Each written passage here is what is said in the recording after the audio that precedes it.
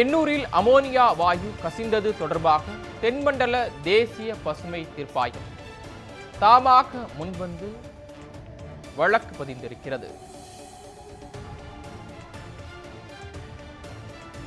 Chennai எண்ணூரில் ammonia வாயு கசிந்தது தொடர்பாக தென்மண்டல தேசிய பசுமை தீர்ப்பாயம் தாமாக முன்வந்து வழக்கை எடுத்திருக்கிறது. நள்ளிரவில் சென்னை எண்ணூர் பெரியகுப்பம் பகுதியில் இயங்கி வரக்கூடிய கோரமண்டல் தொழிற்சாலையில் இருந்து அமோனியா வாயு கசிந்தது. இதனால் அந்த பகுதியில் வசிக்கக்கூடிய ஏராளமான மக்களுக்கு பாதிப்பு ஏற்பட்டதை அடுத்து அவர்கள் தற்போது மருத்துவமனையில் அனுமதிக்கப்பட்டு சிகிச்சை பெற்று வருகிறார்கள்.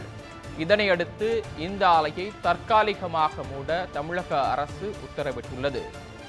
மேலும் இந்த ஆலையை நிரந்தரமாக மூடக்கோரி ஆலை முன்பு பெரியகுப்பம் பகுதியை சேர்ந்த 100க்கும் மேற்பட்ட பொதுமக்கள் போராட்டத்தில் தொடர்ந்து ஈடுபட்டு வருகின்றனர். இந்த நிலையில் இது தொடர்பாக பசுமை தீர்ப்பாயம் தாமாக முன்வந்து வழக்கை பதிந்திருக்கிறது.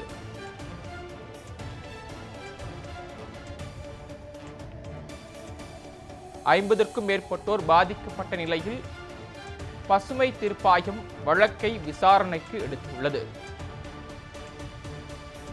எண்ணூரில் அமோனியா வாயு கசிந்தது தொடர்பாக தென்மண்டல தேசிய பசுமை தீர்ப்பாயம் தாமாக முன்வந்து வழக்கு பதிந்து விசாரணைக்கு எடுத்திருக்கிறது.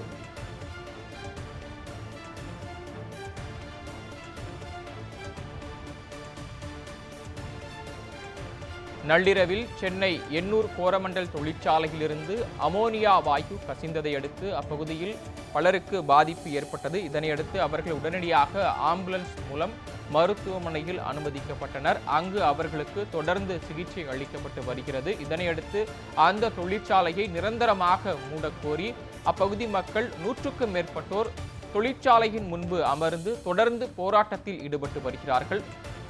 இதற்கிடையே அந்த தொழிற்சாலையை தற்காலிகமாக மூட தமிழக அரசு ஆணையிட்டிருக்கிறது. போராட்டத்தில் ஈடுபட்டு வரக்கூடிய பொதுமக்களிடம் போலீசாரும் அப்பகுதி எம்எல்ஏ பேச்சுவார்த்தையில் ஈடுபட்டு வருகிறார்கள்.